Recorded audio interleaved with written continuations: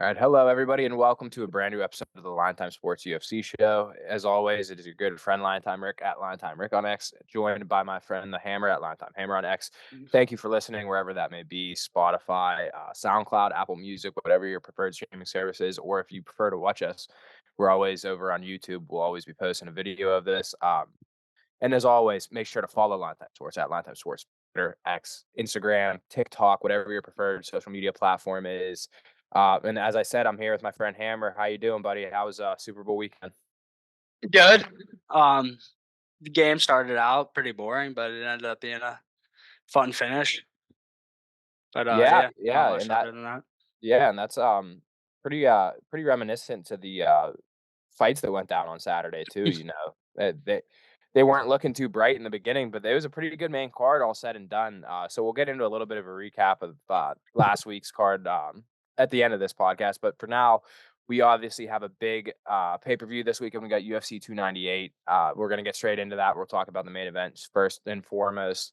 It's a big fight. It's a scary fight. Myself and the Hammer have been talking a bit just behind the scenes on how we feel about this fight. We'll obviously continue that talk here.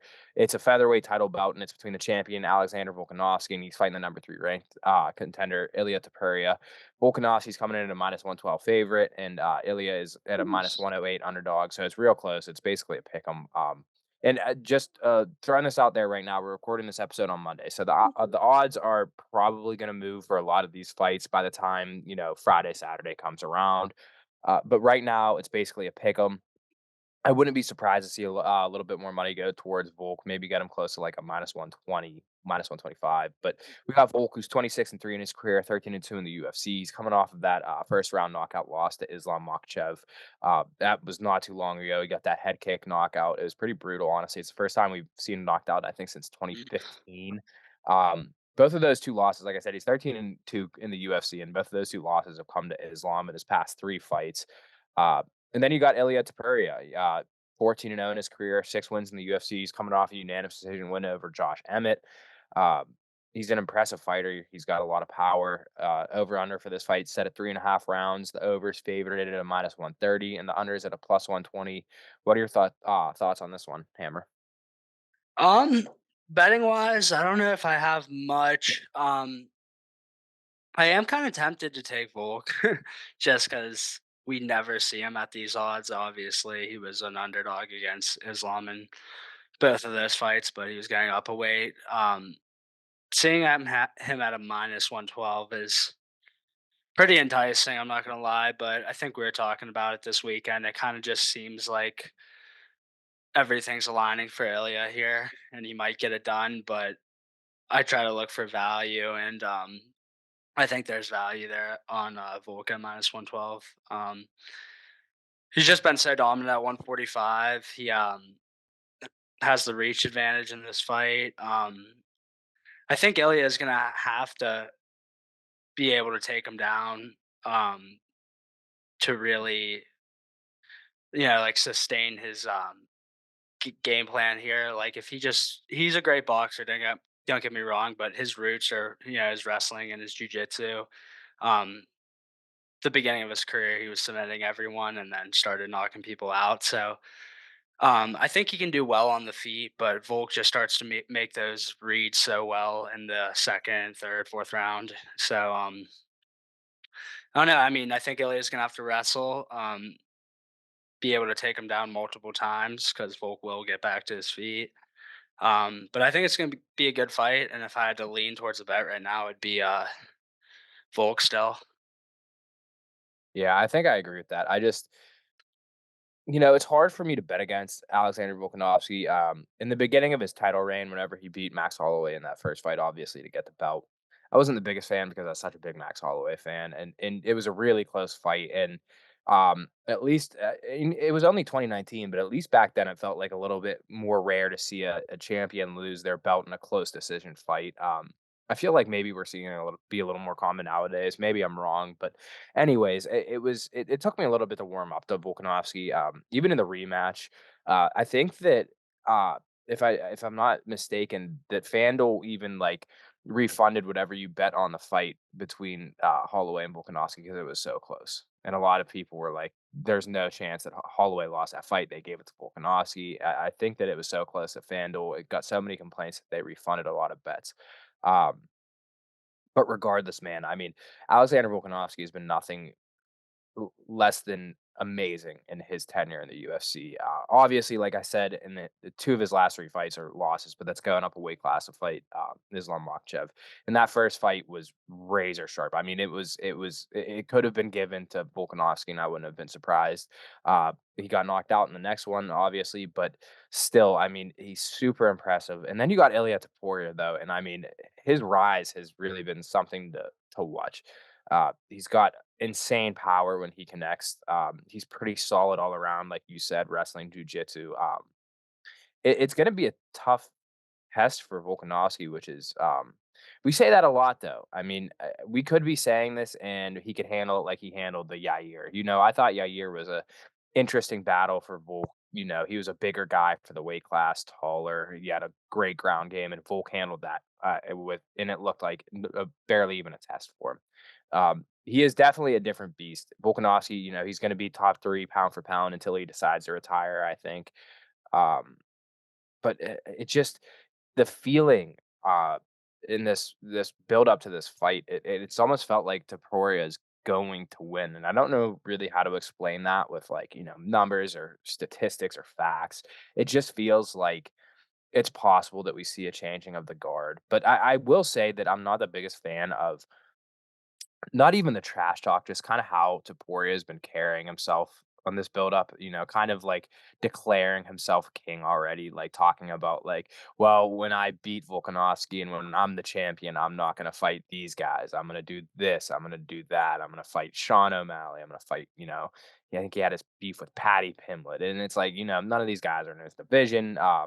Paddy Pimblett's nowhere near a title fight in his respective weight class. It's just, like, it's weird stuff. I don't know. I think he might be in this sport, specifically, confidence is definitely something that is needed. You should be, confident in yourself and your abilities, but there's also a line where it gets a little ludicrous, and I think that Ilya is really bordering that line of self-confidence and, insanity. Yeah, I agree. You referenced Yair. Everyone thought he would give Volk trouble. And I think Yair is a very comparable striker to Ilya. Yair is a lot more wild, uses kicks a little bit more. Ilya has more of that just orthodox boxing. But I that's why the main reason I think that he needs to really mix in his takedowns and make this a full mixed martial arts fight. Volk was able to pretty much beat. Well, he not pretty much. He beat Yair everywhere. He was better on the feet. He might. I don't even know if he had to get any takedowns there. So that's the main reason I think Ilya is just gonna have to mix in his wrestling to be successful in this fight. But yeah, I think it's gonna be a good one. This will be Volk's 6th attempt, at a title defense. That would move him to, that's as many as Ronda Rousey had. And then that's one away from, Jose Aldo and Valentina. So, which would be top 5 ever. So, I Oh damn. mean, we're getting pretty close to some pretty rarefied air here for him. So it's obviously a ton of pressure and, I don't know. I mean, we've seen him do it forever now, it feels like, but I don't know. There's something more added to, and especially the challenger of like Tapuria. Um, I don't Yeah. know. There's a lot to this fight. So anyway, Yeah. I mean Uh, the bookmakers are don't want to give Taporia even at plus money yet. So I mean they're respecting him for sure. and I remember what I was gonna say, and it's something that myself and the Hammer talk about a lot, and it's seeing these fighters come off of knockouts. It's kind of hard to Uh, trust them in their yeah. chins, and it's like that's just maybe a little bit more of a justification as the odds being as close as to what they are. Because regardless, I mean, you have to kind of give Volkanovski a little bit of I'm pretty surprised to see that the odds are where they're at. Like Yeah. I said, Ilya is really good. He has a lot of power. He's pretty well rounded, but like that Josh Emmett unanimous decision is probably his biggest win. And like that's really nothing compared to going in and fighting Alexander Volkanovski, who's, beaten Max Holloway 3 times, and, he had that close fight going up with Islam on short notice. So, I don't know. The odds are a bit telling. Like I said, they'll probably shift throughout the week. Um, but regardless, I'm gonna go with my heart and say that Volkanovski's gonna win this fight. I know that, like, in a couple of past podcasts, I've been saying that I think Ilia has a decent chance, and he might, but I think that I do think Volkanovski's gonna win. Yep. We'll go into this next bout, the co-main event, and I will say this fight is not guaranteed to happen. I know it's on there; it's scheduled to happen. They're going to go about it as if it is happening. I won't believe it until Saturday at 11 o'clock at night, whenever they're about to walk out. I won't believe it's happening until then. It's a middleweight bout, and it's between the number 3 contender, Robert Whittaker, and the number 6, Paulo Costa. Whittaker is a -205, and Costa is a +170. And if you guys don't know why I'm saying, like, I don't believe that this fight is going to happen until I see it. It's because Paulo Costa has become very accustomed to just pulling out of his fights, and like, I don't think that he thinks it's funny, but he might just the way that he goes about it. Like his Twitter and everything, he'll make jokes about it, like, "I'm not gonna pull out of this one. Like, watch this," and then he does pull out. But regardless, we got Robert Whittaker, who's 24-7 in his career, and he's 15-5 in the UFC. If you remember his last fight, he's coming off of that round 2 TKO loss to the now champion Dricus du Plessis. Um, Robert Whittaker himself is a former champion, and then you got Costa, who's 14-2 in his career, 6-2 in the UFC, and he's coming off a unanimous decision win over Luke Rockhold. That was Luke Rockhold's last fight in the UFC, and since then he's had fights canceled against Ikram Aliskerov and Hamzat Chimaev. I forget which one was which, but one of them he did have a pretty brutal staph infection. So like I understood that. Like even Dana came out and was like, "Yeah, there's no way that guy was fighting with that staph infection." But That was the regardless, Chimaev fight, I think. yeah, I think it was Hamzat. The over under set at 2.5 rounds. Over's favored at a -150. Under is at a +120. Um, yeah, I really want this fight to happen because it's such a fun fight. It's a good test for both of those guys. It'd be nice to see Robert Whittaker come back and get a win here. Myself, and Adam and Oscar were talking right before we started this up about that fight with Whittaker and Dricus. It would it I don't have the exact odds on it. I think that it was pretty similar to the odds in this fight where Whittaker was close to, like, a -205. He could have been even more, like, -230, somewhere in that, and Dricus looked really good the whole fight. I mean, he beat him the whole fight. It was pretty surprising, especially for me. I think that Whittaker is still one of the better fighters in the middleweight division. I mean, obviously, he's ranked number 3, but, like, I really thought that he was gonna beat Dricus there and get another title shot, and he could have been the champ again, but regardless, I mean, and then Paulo Costa, he's nothing to laugh at. Like, he's no slouch. I mean, again, his last win is Luke Rockhold, who was a bit washed, some would say. And then before that, he had losses to Vittori and Israel Adesanya. But I mean, he's a physical specimen. He's huge. He's got great power. He's a scary fighter. So this should be a really good fight if it happens.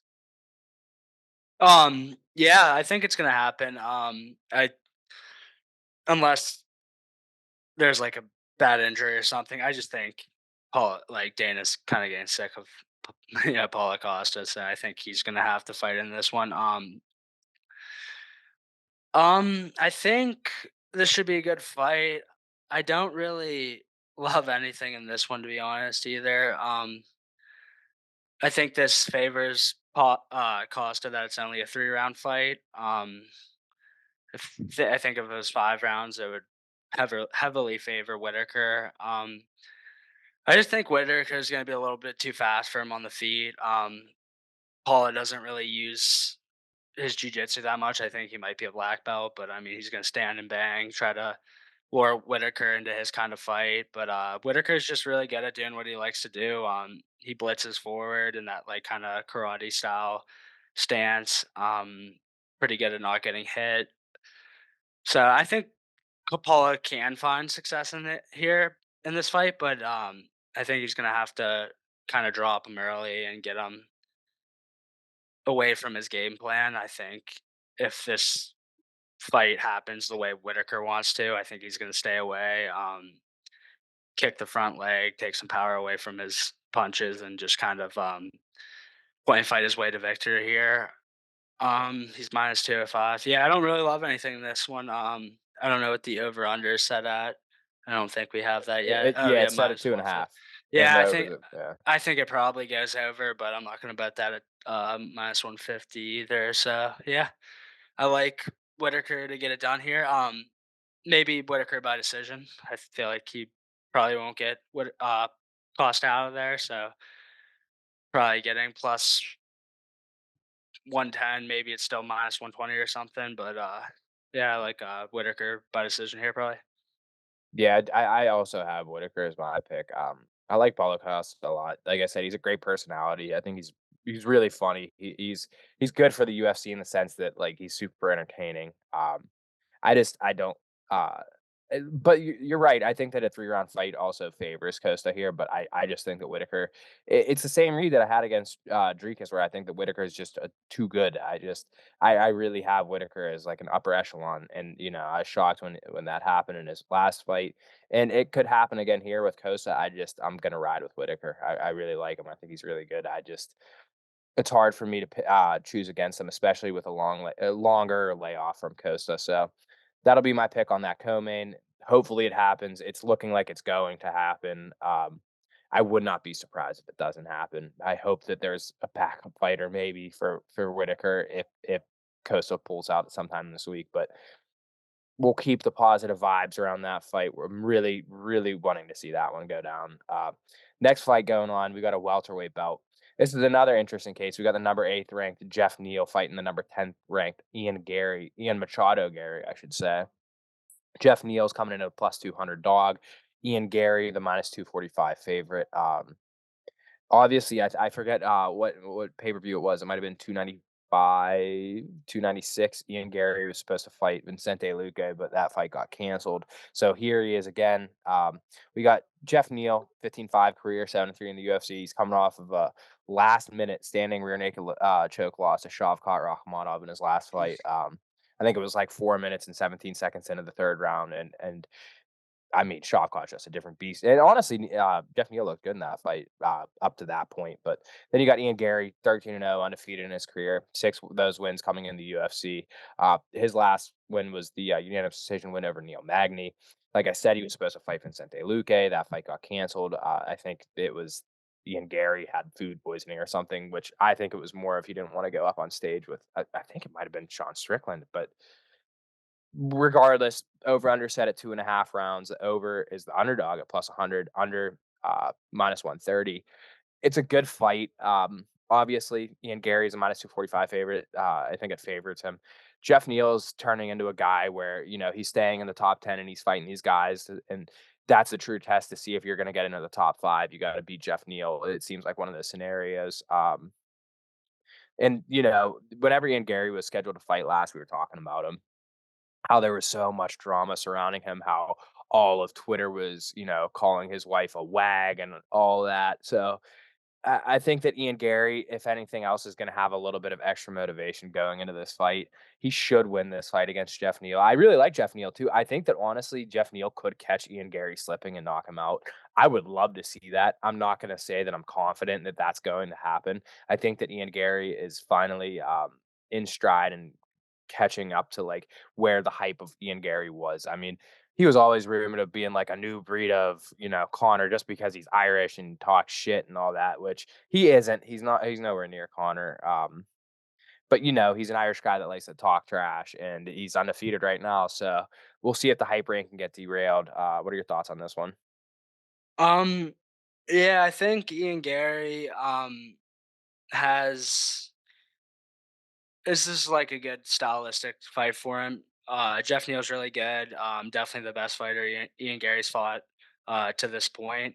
But if you look at Geoff Neal's losses, not even recently, just like his last 4 losses, it's to guys that are all very long and rangy. So if you go back to 2017, Kevin Holland he lost to. He lost to Stephen Thompson, where he kind of just got picked apart in that one, and I'm pretty sure Wonder Boy was the underdog in that one. He lost to Neil Magny, another really long rangey guy, and then lost to Shavkat, his last one. And even before the Shavkat one, he had a split decision win over Ponzinibbia, who's also another long rangey fighter. So I think these guys give uh, Geoff Neal some problems just with finding his distance, and because he has a lot of power, but if he's not able to find his range, I think it's going to be uh tough fight for him. He might even try to mix in the wrestling. He's not really known for his wrestling, but we haven't really seen Ian Gary on put on his back that much. So I think he could win. I kind of like the plus 200 because this is the best fighter that Ian Gary's fought so far. So I kind of like him at plus 200. I just think stylistically it's a bad matchup for him. Yeah, I do think that there's, like you're saying, there's a decent bit of value at Geoff Neal plus 200. I just, like I was touching on earlier, Ian Gary is finally kind of hitting his stride. It seems like, he's starting to figure things out. The striking looks good, takedown defense looks good. I and like I said, too, he has a little bit of extra motivation. The whole world seems to be against Ian Gary right now, as if they weren't before, but like they really are now. There's a lot of public bashing of him and his family and all that. So I think that maybe he has something to prove here. It should be a good fight regardless. I'm not gonna advise anybody to touch Ian Gary to minus 245, like throw him in a parlay or anything. If anything, I don't hate the over 2.5 at plus 100, but at that point, I would say just bet it to go the distance. You'll probably get like a plus 120 or something like that. Of course, it could end in a finish, but I don't know. I mean, like I said, Shavkat, it took him to the very last minute of the fight to get Geoff Neal out of there, and I think Shavkat is a little bit better than Ian Gary. I mean, Shavkat couldn't knock out Geoff Neal. I don't think Ian Gary's going to, but it could definitely happen. If I'm gonna pick anything that I like in this fight, it's gonna be that over 2.5. Like I said, if you're gonna do that, I would just advise you to go with the distance. But maybe throw a dart on Geoff Neal plus 200. Outside of that, I can't really advise taking anything in this fight. I think we're going to take a quick little intermission. We'll get back and we'll talk about these last two fights on the main card, a couple of the prelims, and like I said, we're going to recap UFC Vegas 86 a little bit, what happened this past Saturday. All right, getting back into this main card. We'll get into this fight that I personally kind of thought would and should be the co-main event. Uh, Admin Oscar and myself before recording, we're kind of talking about this one. It's a banger of a fight to have as the second fight on the main card. But we got a bantamweight bout between the number 2 ranked Merab Dvalishvili and the number 3 ranked Henry Cejudo. Merab minus 198. Henry Cejudo is at a plus 164. We got Merab, who's 16-4 in his career, 9-2 in the UFC. He's on a 9-fight win streak right now, and he's coming off a unanimous decision win over Peter Yan. It's probably the best we ever saw Merab look inside of the octagon. He completely dismantled Peter Yan. It's not how I thought that fight would go, but he outclassed him everywhere. Then you got Henry Cejudo, who's 16-3 in his mixed martial arts career. 10-3 in the UFC. He's coming off of a split decision loss to Aljamain Sterling for the belt. Obviously, he was a former champion, Triple C. He was a champ at 25, 35, and an Olympic gold medalist wrestler. Over under set at 2.5 rounds. The over, it is a minus 315, and the under 2.5 set at plus 230. It's a bit wild. This fight should be absolute fireworks from the get go. It should be a great fight, a great fight to watch if you're a true fan. I like where the odds are at too. They're giving you a bit of value on Cejudo, and they're not making Merab unbettable. What are your thoughts on this one, buddy? Um, I think this is gonna be a really hard fight for Henry Cejudo. You referenced he's an Olympic gold medalist in wrestling. He's definitely a beast in wrestling. His MMA wrestling is very good too, but I think Merab's a different kind of beast. His MMA wrestling's so good, and he's been able to get his hands a lot better. He mixes in this takedown so well with his hands. That was the story in the Peter Yan fight. He was able to just completely throw Peter Yan off because he was looking for takedowns the whole time. And Merab was able to do very well on the feet. Um, Obviously, Cejudo is better wrestling than Peter Yan, but at 135, we really haven't seen Cejudo's wrestling other than his fight against Aljamain Sterling, where they both were having success. But I think Merab's a better MMA wrestler than Sterling.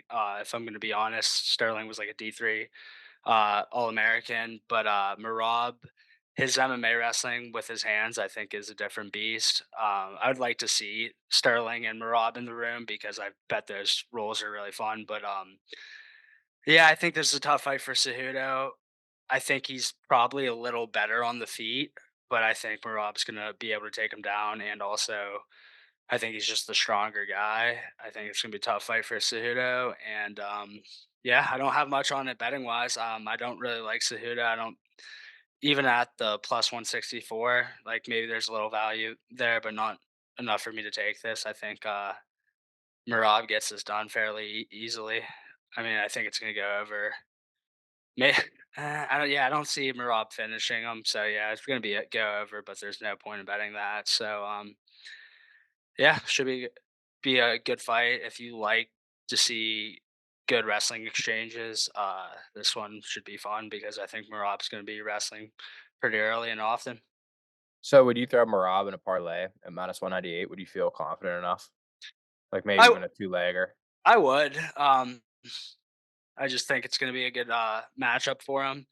I really haven't been super impressed with Cejudo's MMA wrestling game at 135. It's obviously good. I just think Marab's been so dominant with that style he's had. You, he's on a 9 fight win streak, and he dismantled Peter Yan. It wasn't even close. I don't know if Yan won a round in that fight. Yeah, and I mean, I agree. I think that getting Merab at right around a -200 is pretty good value. I think that Merab should probably be fighting for the belt against Sean O'Malley if he didn't handle it as bad as he possibly could with the whole Aljamain thing, saying, Hmm. I'm not gonna fight Aljamain, I'm not gonna do this and that. And I think Dana really did not like how he was talking about it. So I think that he is the rightful number one contender in this division. I think that he'll beat Henry Cejudo. But again, I it's hard for me to count Henry Cejudo out of any fight. He's impressed every step of his career. He's a solid fighter in every aspect. But I do think that Merab will win this. I would throw him in a parlay for sure. Something two legs get you close to even money. That's definitely a play I'd be interested in. But like I said, it's a great fight. It's a super good fight to be the second fight on a main card. Just all around excited for that one. In the last fight we got on this main card, it's a middleweight bout, and we got the number 14th ranked Anthony Fluffy Hernandez. He's fighting Roman Kopylov. Hernandez -205 favorite. Kopilov's a +158 dog. We got Fluffy, who's 11-2 in his career, 5-2 in the UFC. He's coming off of that third round TKO win over Edmund Shabazian. And then you got Kopylov, who's 12-2 in his career, 4-2 in the UFC.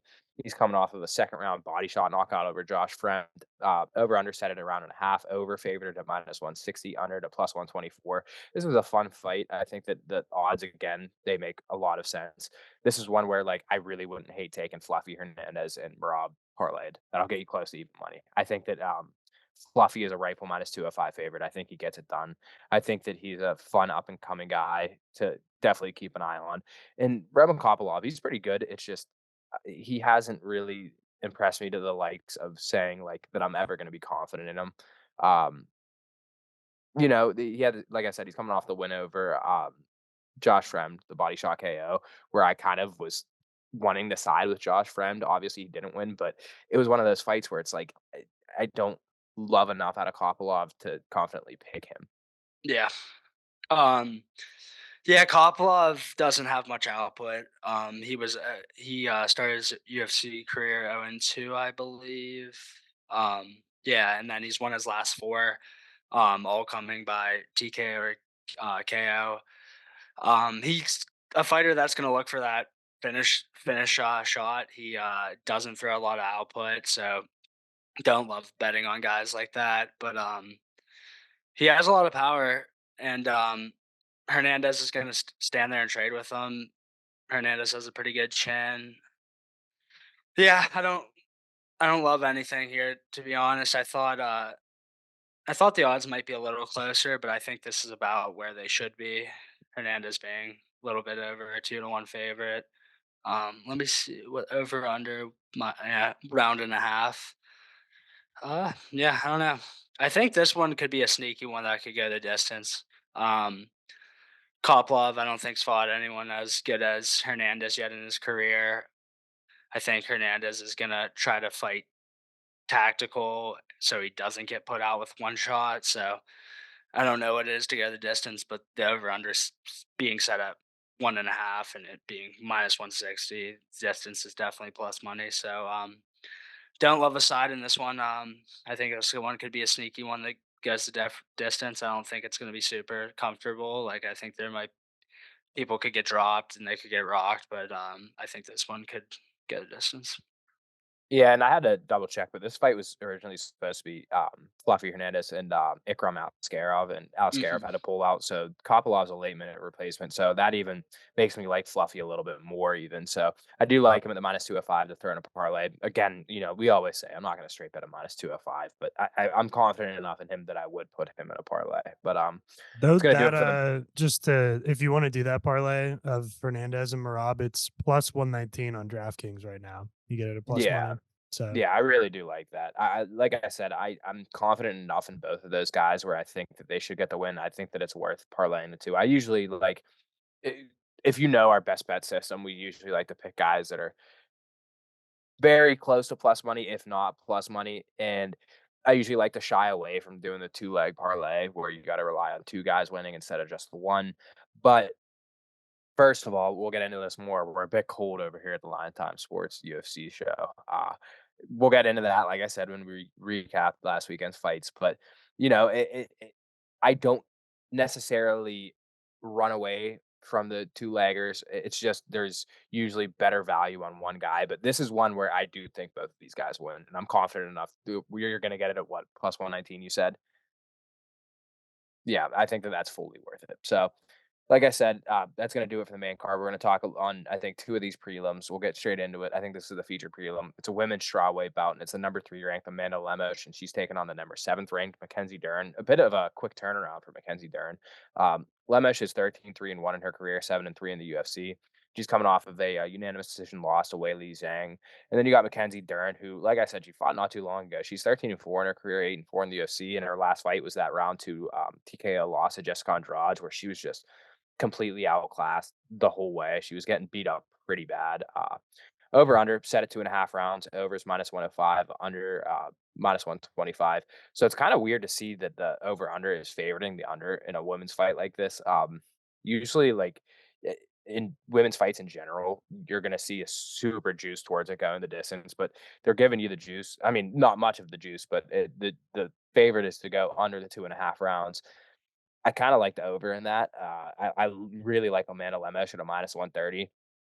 Like I said, in Mackenzie Dern's last outing, she just could not have looked any worse in my eyes.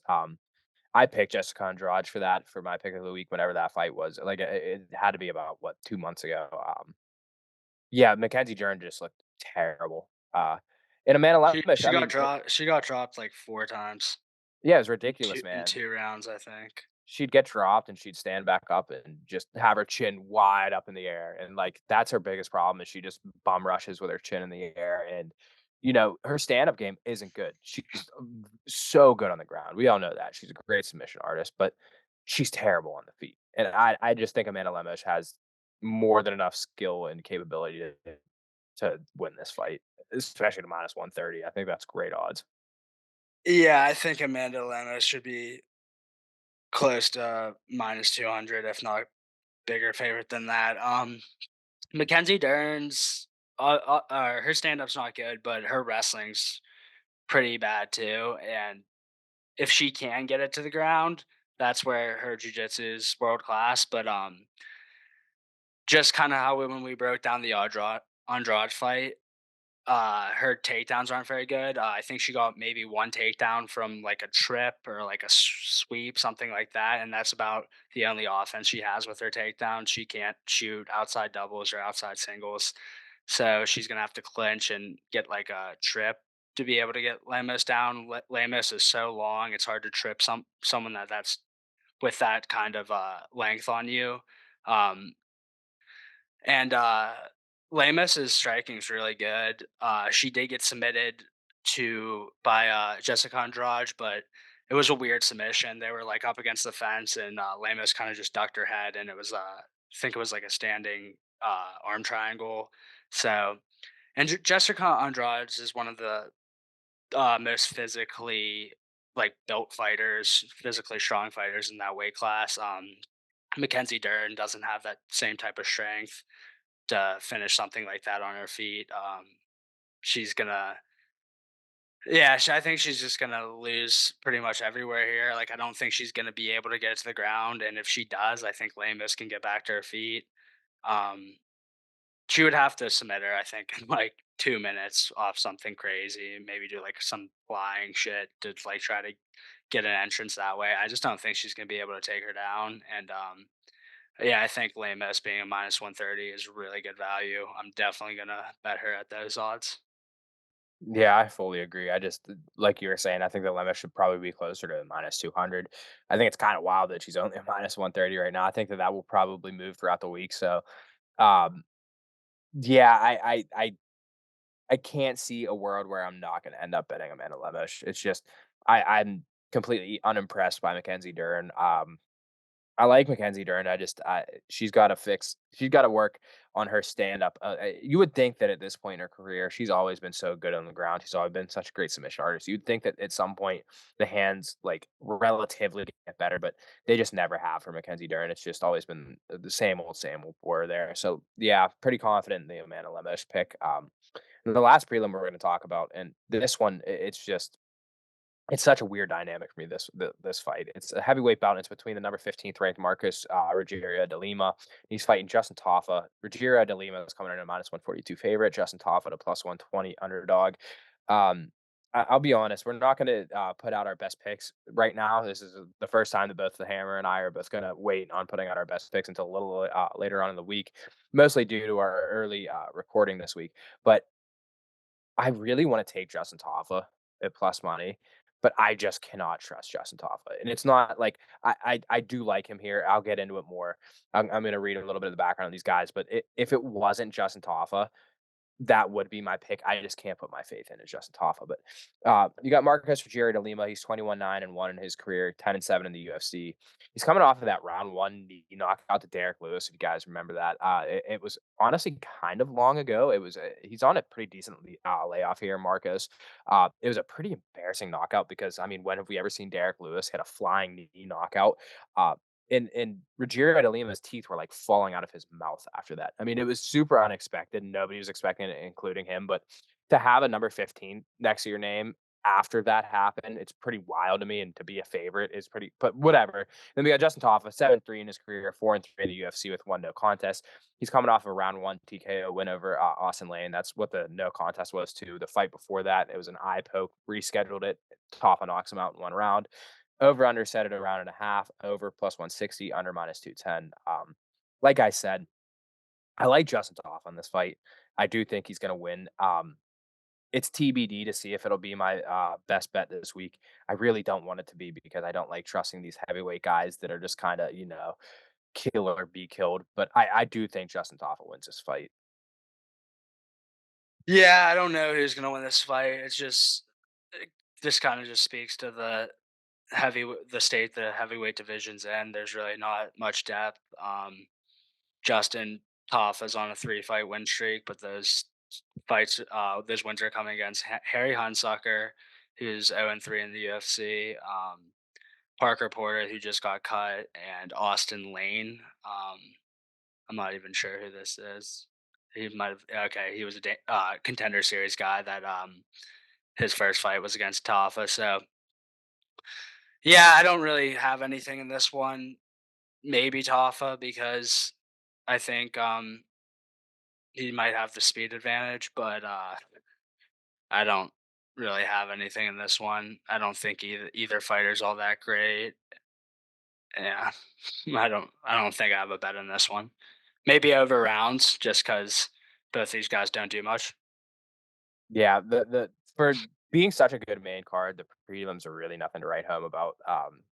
Like I said, I think that there's value in both of these two prelims that we're talking about. One with Amanda Lemos being the favorite at a minus 130 when she should be closer to minus 200, and Justin Toffa just having plus money. I think it's wild to have Marcus Rogerio de Lima at a favorite at all. Like I said, I mean that in 30 seconds he got flying knee KO to Derek Lewis. That's just enough for me. And like you said, it's the state of the heavyweight division. Obviously they're saying here with this line.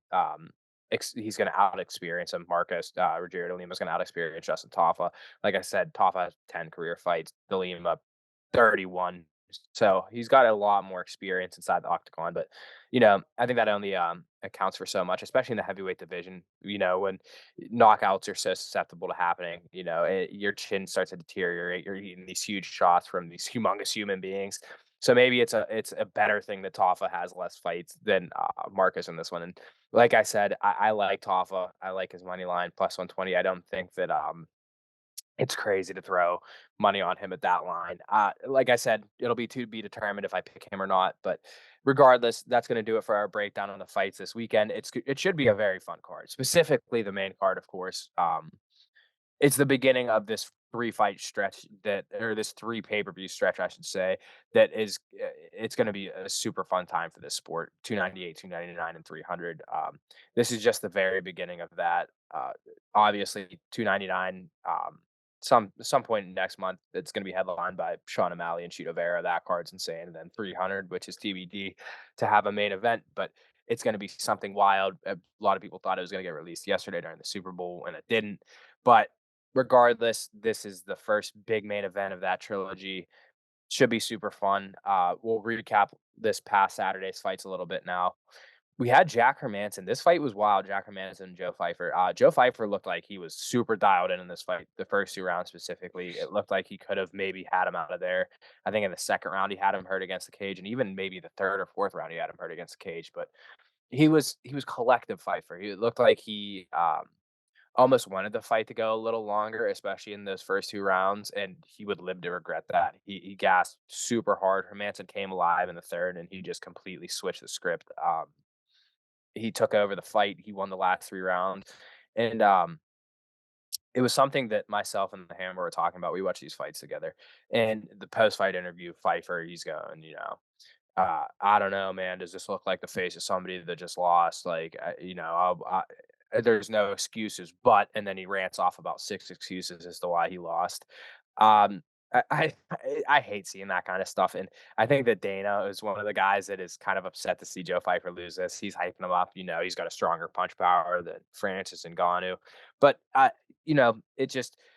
it goes to show that sometimes inexperience, and especially in 5-round fights, it'll come back to bite you. We've seen Jack Hermanson fight a lot of the top line guys. We've seen him go deep into fights, and he was ready to go into a 5-round war, and Joe Pfeiffer wasn't. Yeah, I'm pissed I didn't take my own advice and live bet this. I think Hermanson got up to like plus 450 was the highest I saw. Yeah, Pfeiffer looked good to start, but I said if he didn't put him out, that I think it'd be a tough fight with fight for him. Hermanson took some really big shots. I was surprised he never got dropped or got like wobbled. There was times that he was moving backwards and it looked like it hurt him, but he never got like super on super wobbly legs or dropped. Just did a good job of staying with it. He didn't shoot that early, which kind of surprised me. But once he felt Piper, he shot like once and it got stuffed, and then he felt Piper fading in the third and fourth. I think he got a takedown and he controlled it for a good portion of that round. So yeah, he looked. Piper didn't look bad. I don't think that was like a super stock killer fight. Like he was in there with Jack Hermanson, who's been a top 10 guy for a while now. It's just kind of one of those learning experience fights for him. Fighting someone as well rounded as Hermanson and who has such a solid gas tank. So yeah, I'm pissed we didn't pull trigger on this one, but it was a good fight. And yeah. Yeah, I will say all in all, just before going into the rest of the recap, that we our insight was pretty decent on this card. Our picks might have not done great, but for the most of this main card, like for example, we'll go into this next fight. Is a featherweight, the Danny Ige and Andre Fili.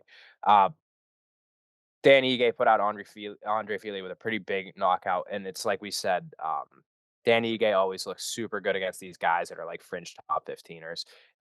He When he struggles, it's against guys that are in the top 10 that are a little heavy skill set. But when he fights these guys that he should be better than, that he should be beating, he looks like he's one of the best fighters in the division. I mean, his power's there, his jab's there. He just looks so good against these guys, and this is it goes to show. I mean, he put out Andre Fili early. He put him out pretty bad.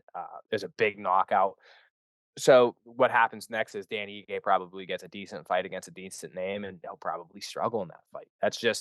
That's the career of Danny Ige. It feels. Yeah, Ige lived up to his name. Yeah, Definitely 50K. definitely got a bonus there for that knockout. Um, yeah, I kind of expected this one to. I didn't think he'd put him out that early, but we were saying Dan usually is able to find the chin on these guys and put them out. I was expecting him to get a knockout or at least drop him a few times, but yeah, he put him out just clean. Ref was there, got there a little late, and landed even a follow up shot. So it was good to see Feely. I think was back on his feet pretty quickly after that one. Definitely a brutal knockout, but yeah, good win for Dan. Especially if you had him in like a parlay because he was only like minus 180, so that was like a no sweat leg. That wasn't even that juice. So yeah, good win for Dan. I think Feely will bounce back. I think they'll give him a lower level guy, and he'll probably find a dub in his next one. But yeah, I'm excited to see who they match Ige up with next. Hopefully another Yeah, striker. hopefully another striker. I love to watch Danny get fights when he could just stand up, use his jab and his power. But another one that you specifically were all over, it was the Robert Brigzik and Ihor Potieria fight. You are usually pretty passionate in saying like these guys that are making their UFC debut. It's kind of hard to bet them, especially like Brigzik was a minus 205 favorite. It was the books were wanting it to be a first round knockout for Brigzik because, like I said, he was on a 5 fight win streak and all five were first round knockout or TKOs. The under a round and a half was at a minus 260. Like I said, Brigzik was a minus 205, and it ends up that Potiera beats him, and it's like it's proving time and time again that it's really hard to believe in these guys that are coming over and making their debut that have this long track record of putting guys out early in fights and they show up, they face a higher level of competition and they can't get them out in the first and they kind of just fall apart as the fight progresses. Yeah, I wish I was on like more on Baritzik. I did like talk about how I like to fade guys making their UFC debut that are this big of favorites, but I just couldn't do it with Pator whatever. How do you say Ihor? I don't know how to say his last name, but Potiera. I couldn't do it with Petiera just because he's looked so bad in the past. So I'm not even that mad at myself for not betting him because I I was fine with seeing Barixic win and or Ihor win and not having money on it because he's looked so horrible in the past. But definitely something to look at with guys making their debut that, like you said, have put people out early and haven't fought a UFC caliber opponent for 3 rounds. It just seems like a lot of times they're like scared to pull the trigger or like Barixic just was looking for one shot punches the whole fight. He wasn't throwing any combos, so he was obviously looking for that one shot KO. Yeah, Pretoria Ihor didn't look great, but Barixic looked really bad. So Brixik looked really like just not well rounded whatsoever. Like no. Yeah. and not even so much like of course like if you have a specific skill you're gonna lean on it, but I mean he wasn't even like attempting anything else. Like Yeah, it was you know just what I mean? one shot power shots, no combos whatsoever. Yeah, did not look good. So we'll see how he looks in his next one. Those are like a decent fight, I guess. Not it wasn't really that entertaining. Ehor did that thing where he like got to the ground and like tried to kick his leg out. I've never seen such a I was just about to say that. Yeah, horrible Yeah, attempt at whatever that was in my life. I don't even know what his goal there was. that was wild. I some don't think karate that kid shit. I don't even think that would have hurt him if he landed that. So yeah, that was that one. Gregory Rodriguez has insane power. Um, Yeah. He really uh, does. I mean, it was if we didn't know that already. That was a pretty painless win for him against Brad Tavares. yeah, I think I talked about how I kind of liked Tavares there at like plus 200, and he looked really good to start. Was able to um, land some combos. He was, I would say, the more active fighter, landing more. I think he got down to like a plus 130, plus 140 live, and then or we were watching with our one other buddy, and he was like saying how he was gonna bet Tavares, and I was like, I don't think that's a good idea. And he was like, well, he's looking really good right now, and I just told him I was like, Rodriguez is a guy that he just keeps coming forward, and he's eventually gonna get to you, and, that's exactly what happened. I'm pretty sure he bet him, and he got knocked out, like, 3 3 minutes later or something, but, he just has insane power, and he has a really good chin. He got rocked pretty early in that fight. I don't know if he got dropped, fully. He might have, like, hit 1 knee and, bounced back up, but, he's just kinda like the Terminator in there. You have to have pretty good power to knock him out. If not, he's just gonna stay on you, and he'll eventually land, a power shot that just has you completely lost, and then he just following up and makes the ref have to stop it. So good win for Rodriguez there.